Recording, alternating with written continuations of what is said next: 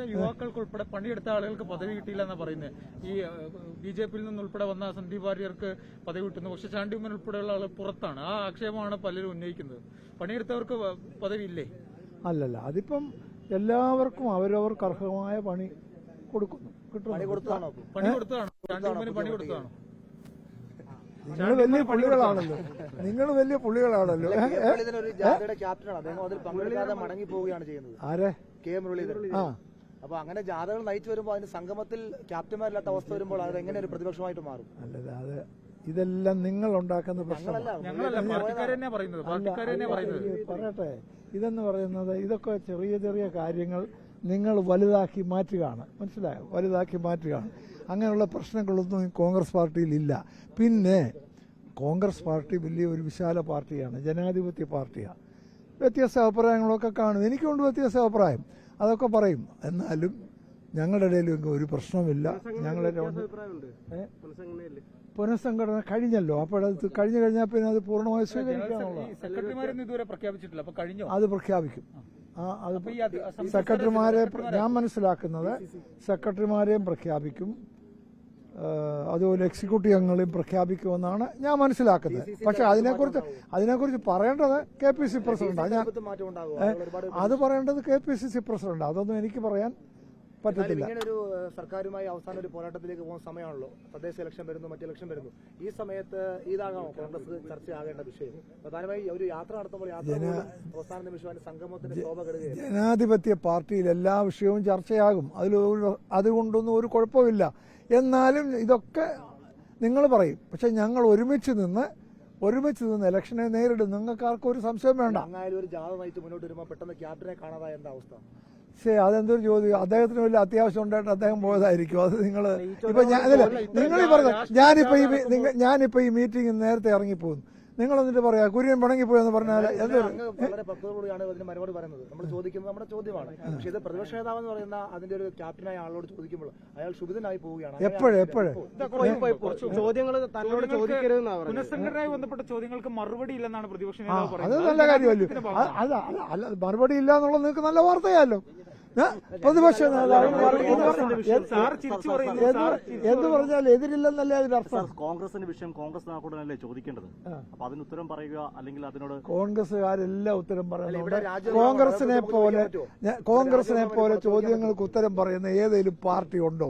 എല്ലാരും പറയുന്നില്ലയോ? ഞാൻ പറയുന്നില്ലയോ? നിർഭാഗ്യവശാൽ അല്പസമയം മുമ്പ് അങ്ങനെയല്ല സംഭവിച്ചത്. പറയട്ടെ, പ്രതിപക്ഷ നേതാവിന് മറുപടി പറയാനും ചിലപ്പോൾ പറയാതിരിക്കാനുമുള്ള അവകാശമുണ്ട്.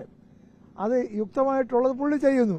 അത് അദ്ദേഹത്തിന്റെ ഓപ്ഷനാണ്. മറുപടി പറയണോ പറയണ്ട എന്നുള്ളത് അതിനെ നമ്മൾ ചോദ്യം ചെയ്യുന്നത് ശരിയാണ്. KPCCയുടെ പുതിയ ടീം വന്നപ്പോൾ ഇതേ പ്രതിപക്ഷ നേതാവ് പറഞ്ഞു സൂപ്പർ ടീമാണ് വന്നതെന്ന് പറഞ്ഞ് അദ്ദേഹം അതിനെ ഇൻട്രോഡ്യൂസ് ചെയ്യുന്നു. ഇതേപോലെ ഒരു പട്ടിക വരുമ്പോൾ നല്ലതാണോ മോശമാണോ പ്രതിഷേധമുണ്ടോ നമ്മൾ ചോദിക്കണ്ടേ? അപ്പൊ ചോദിച്ചതിന് നിങ്ങളോടൊരു ദേഷ്യം പുള്ളി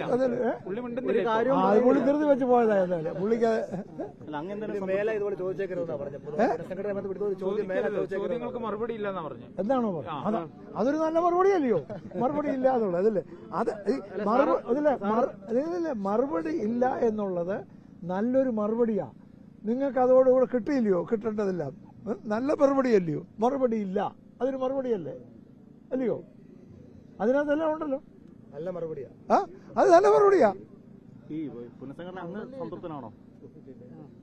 അല്ല, എന്റെ സംതൃപ്തിക്കേടനോ എന്തോ പ്രാധാന്യമുണ്ട്. ഞാന് കോൺഗ്രസിൽ എടുക്കുന്ന എല്ലാ നല്ല കാര്യങ്ങൾക്കും സംതൃപ്തനാണ്. ഈ ചാണ്ടി ഉമ്മൻ അർഹമായ പരിഗണന വേണ്ടതല്ലായിരുന്നു? ഒരു പരിഗണന ഇല്ലാതായി പോയി. ചാണ്ടി ഉമ്മൻ ഓൾറെഡി MLA-യും വലിയ നേതാവുമല്ലേ. അദ്ദേഹം അങ്ങനെ അർഹമായ പരിഗണന ഇല്ലെന്നൊന്നും പറഞ്ഞില്ലല്ലോ. പറഞ്ഞു ചാണ്ടി ഉമ്മൻ പറഞ്ഞു. ചാണ്ടി ഉമ്മൻ പറഞ്ഞ അതല്ല.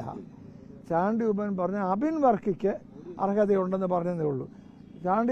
റാന്നിലെ പരിപാടിക്ക് ചാണ്ടി ഉമ്മൻ പോയില്ല, ഞാനും പോയില്ലല്ലോ. അതൃപ്തിയുണ്ടോ?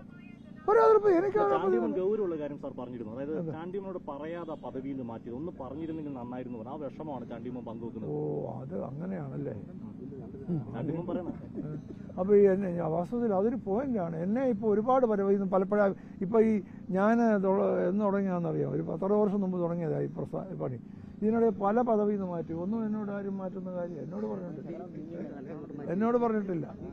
പദവി കൊടുക്കുമ്പോൾ വലിയ പറയുന്നത്, മാറ്റുമ്പോൾ പറഞ്ഞ് വിഷമിപ്പിക്കേണ്ട ഈ ആവശ്യം. ബി.ജെ.പിയിൽ നിന്ന് വന്ന സന്ദീപ് വാര്യർക്ക് ഒരു വലിയ പദവി കൊടുക്കുമ്പോൾ ചാണ്ടി ഉമ്മൻ ഉൾപ്പെടെ പുറത്താണ്. ഞാൻ നിങ്ങളോട് പണിയെടുത്തവർക്ക് അർഹത കിട്ടുന്നില്ല. പറയട്ടെ, ചാണ്ടി ഉമ്മൻ പുറത്തല്ല, അകത്താണ്. ബി.ജെ.പി വന്നാലും അർഹർക്ക് കൊടുക്കണം, അത് കുഴപ്പമൊന്നുമില്ല. അങ്ങനെ ചിന്ത എനിക്കില്ല. കാരണം യൂത്ത് കോൺഗ്രസ് തെരഞ്ഞെടുപ്പിൽ 2ാം സ്ഥാനത്തെത്തിയ അബിൻ വർക്കി അധ്യക്ഷനായില്ല, മറ്റൊരാളാണ് അബിൻ വർക്കി. അയ്യോ, സെക്രട്ടറി അദ്ദേഹത്തിന് 3 വർഷം മുമ്പ് ഓഫർ ചെയ്ത ഇല്ലെങ്കിൽ പറഞ്ഞൊരു വേണ്ടാന്ന് വെച്ചൊരു പദവിയാണ് യൂത്ത് കോൺഗ്രസിന്റെ ദേശീയ സെക്രട്ടറി. വേണ്ടാന്ന് വെക്കുന്ന പദവികൾ ആർക്കെല്ലാം കൊടുക്കുന്നു? അല്ലെ 4-മതും 5-മതും വന്നാളെ സംസ്ഥാന അധ്യക്ഷനാക്കുന്ന ഒരു ജനാധിപത്യ രീതിയാണോ? ആ രീതിയിൽ തെരഞ്ഞെടുപ്പ് അട്ടിമറിച്ചിരിക്കില്ലേ രാഹുൽ ഗാന്ധി പറഞ്ഞ യൂത്ത് കോൺഗ്രസിലെ തെരഞ്ഞെടുപ്പ്? നിങ്ങള് കോൺഗ്രസിനെ കുറിച്ച് ഇങ്ങനെയുള്ള ചോദ്യം ചോദിക്കുന്നു. നിങ്ങൾക്ക് എന്നാൽ ഇത് ഒരു CPM-നെ കൊണ്ട് ചോദിക്കാം. അവിടെ ഓരോരുത്തരെ വെക്കുന്ന ഏത് ക്രൈറ്റീരിയയില്ല മറുപടി. ഞാൻ ചോദിക്കുന്നത് ഇപ്പൊ തന്നെ ഞങ്ങളുടെ MLA, ഇവിടുത്തെ MLA മന്ത്രിയാണ്. നിങ്ങൾ ചോദിക്കുന്നുണ്ടോ? ഈ ഒരു സമയത്ത് നിങ്ങളെപ്പോലെ ഇങ്ങനെ ഇതും പിടിച്ചോണ്ട് നടന്ന ആളാ മന്ത്രിയായത്. ആ അനീതിയാണെന്ന് നിങ്ങളെന്താ ചോദിക്കാത്തത്? ഓരോ പാർട്ടിയും അവരുടേതായ തീരുമാനങ്ങൾ എടുക്കും. അവർക്ക് സൗകര്യവും ശരിയും തോന്നുന്ന തീരുമാനമെടുക്കും. അതിനെ നമുക്ക് വിമർശിക്കാൻ അവകാശമുണ്ട്. അതിന്റെ റാഷണൽ ചോദിക്കാൻ നമുക്ക് അവകാശമില്ല. വിമർശിക്കാം, അവർക്ക് റാഷണൽ കാണും. ഞാൻ പറഞ്ഞു മനസ്സിലായി, അവർക്ക് റാഷണൽ കാണും. ഓരോരുത്തരെ വെക്കുന്നതിന്, സന്ദീപ് വാര്യരെ വെക്കുന്നതിന് കോൺഗ്രസ് പാർട്ടിക്ക് ന്യായമായ കാരണങ്ങളും ഉണ്ട്. അത് കോൺഗ്രസിനറിയാം. അതിനെ നിങ്ങൾക്ക് എതിർക്കാം, വിമർശിക്കാം. പക്ഷെ റാഷണലിനെ നിങ്ങൾ അങ്ങനെ ചോദ്യം ചെയ്യും. അത് ഒരു പാർട്ടിയിൽ നിങ്ങൾ ഇപ്പൊ BJP-യിൽ ഓരോരുത്തരൊക്കെ എടുക്കുന്ന, ഇപ്പൊ BJP-യുടെ പ്രസിഡന്റ് ആയിരുന്ന ആൾ അവിടുത്തെ ഏറ്റവും സീനിയർ ആളാണോ? BJP-യുടെ പ്രസിഡന്റ്, BJP-യുടെ ഏറ്റവും സീനിയർ. ഇതൊന്നും നിങ്ങൾക്ക് ചോദിക്കണ്ട. നിങ്ങൾ ചോദിക്കുന്നത് കോൺഗ്രസിനകത്ത് വരുന്നുണ്ട്. അതല്ല, എല്ലാ പാർട്ടിയിലും ഇങ്ങനെയുള്ള കാര്യങ്ങളുണ്ട്.